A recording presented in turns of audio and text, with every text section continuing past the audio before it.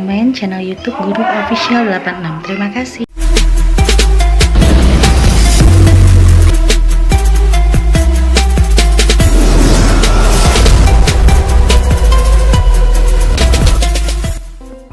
Untuk asal-usul Bunda Ratu, beliau itu terlahir dari pasangan suami istri ya pada abad ke-14.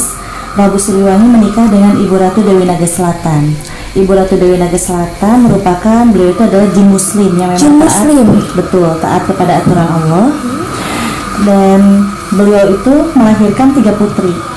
Yang pertama Nyi Blorong, yang kedua Bunda Ratu Roro Kidul, dan yang ketiga Ibu Dewi Ningrum. Nyi Blorong itu adalah penguasa pantai selatan juga, tetapi beliau menguasai di pantai Banten. Ya.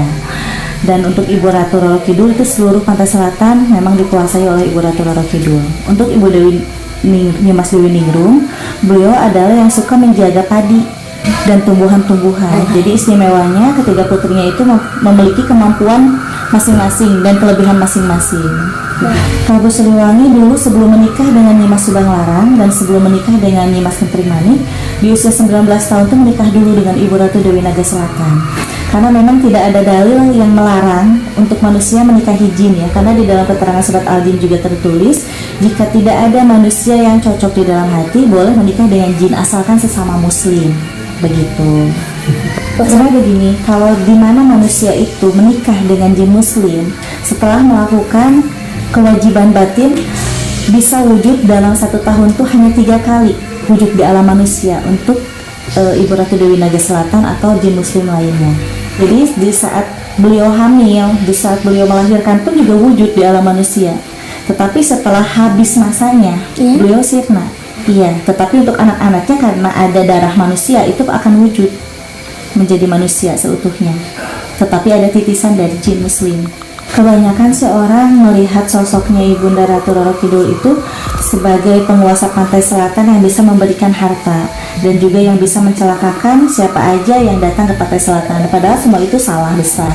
Karena Ibunda Ratu Roro Kidul itu adalah sosok Saidah yang memang muslimah yang taat kepada aturan Allah. Beliau itu kan manusia ya, hidup di alam manusia sampai usia 17 tahun. Tetapi karena ada yang iri di dalam istana itu, akhirnya beliau itu diracun sampai akhirnya punya penyakit kulit seperti gatal-gatal di seluruh tubuhnya dan mengeluarkan aroma busuk. Tetapi Prabu Siliwangi sendiri tidak gentar melihat putrinya diusir dari istana, karena Prabu Siliwangi itu mengetahui kedepannya putrinya akan seperti apa dan akan menjadi apa. Begitu. Sudah tahu siapa yang meracunnya dan siapa yang mengusirnya. Yang mengusirnya itu adalah salah satu selirnya Prabu Siliwangi di saat sebelum menikah dengan Ibu Subanglarang dan Ibu Kentring Manik. Perjalanannya itu sangat jauh sekali ya, karena dari istana Pajajaran itu menyusuri hutan-hutan dan sampai pada akhirnya singkat cerita Bunda Ratu Roro Kidul itu sampai di pesisir pantai, dan di pesisir pantai itu sempat putus asa tidak mau hidup di alam manusia, makanya ingin bunuh diri untuk masuk ke dalam lautan. Tetapi dengan keajaibannya Allah dan dengan izinnya Allah, Bunda Ratu itu ditolong oleh salah satu nabi, bisa disebutkan gurunya para nabi. Beliau adalah Nabi Khidir alaihissalam. Di saat ditolong oleh Nabi Khidir alaihissalam, disitulah diajarkan ilmu-ilmu keagamaan oleh Nabi Khidir alaihissalam selama 3 tahun. Dan alhamdulillah singkat cerita lolos dalam ujian dan dalam pelajaran itu ditemukan dengan Nabi Sulaiman alaihissalam. Karena di saat beliau itu bertemu dengan Nabi Khidir alaihissalam dan pada akhirnya dipertemukan juga dengan Nabi Sulaiman alaihissalam, memang Ibunda Ratu itu dipercayakan oleh Nabi Sulaiman alaihissalam untuk menjaga hartanya Nabi Sulaiman dan Ibu Ratu Bilqis yang memang ada di dalam lautan pantai selatan. Dan sebenarnya Bunda Ratu Roro Kidul itu mempunyai nama asli ya. Ketika dia dilahirkan diberi nama oleh Prabu Siliwangi dengan sebutan Nimas Kandita waktu masih Hindu. Nimas Kandita. Ibu Prabu Siliwangi waktu semasa Hindu itu diberi nama Nimas Kandita. Tetapi setelah 17 tahun dan bertemu dengan Nabi Khidir alaihissalam, diberi namalah oleh Nabi Khidir alaihissalam menjadi Sayyidah Siti Al-Muamalah. Dan di saat usia 17 tahun itu mendalami ilmu agama dengan Nabi Khidir alaihissalam selama 3 tahun, dan di 20 tahun tepat itu dipertemukan dengan Nabi Sulaiman alaihissalam dan dijadikan penguasa pantai selatan untuk menjaga harta-hartanya Nabi Sulaiman alaihissalam. Ibu Ratu Roro Kidul dengan Pak Karno itu memang ada hubungan dekat, tetapi bukan hubungan suami istri. Tetapi Ibu Ratu Roro Kidul itu suka datang kepada manusia, yaitu terakhir manusia yang didatangi itu adalah Pak Karno. Kenapa Pak Karno? Karena memang Pak Karno itu adalah orang pilihan, karena beliau sendiri juga mempunyai kemampuan khusus dalam segi kebatinan dan keagamaan. Seperti ibu dan anak. Sebenarnya dari kecil ya, dari semenjak beliau lahir pun juga sebenarnya udah ada kelebihan. Tetapi yang lebih terlihatnya lagi itu adalah di usia 7 tahun.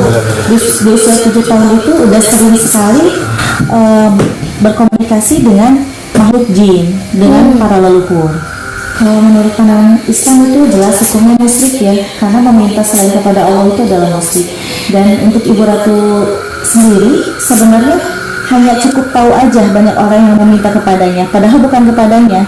Jadi ratu itu banyak ya, di setiap pantai itu ratu ada. Tetapi yang menjadi presidennya itu adalah satu, Ibunda Ratu Roro Kidul. Tetapi banyak di bawah-bawahnya itu yang selalu mengaku-ngaku Ratu Roro Kidul, yang suka memberikan atau menyesatkan hal-hal yang buruk kepada manusia-manusia sekarang. Nah pada akhirnya manusia sekarang itu berpikirannya itu negatif, bahwa Ibu Ratu itu jahat, bahwa Ibu Ratu itu selalu memberikan harta kekayaan, intinya lah pesugihan gitu ya. Padahal itu salah besar. Sudah seperti itu. Jelas tidak suka, karena memang beliau itu adalah sosok yang memang taat kepada aturan agama dan taat kepada Allah. Itu bukan Ibunda Ratu Roro Kidul yang kita jelaskan ini ya, tapi yang seperti banyak korban orang-orang yang ke pantai selatan itu adalah kecerobohan korban sendiri, karena memang tidak hati-hati.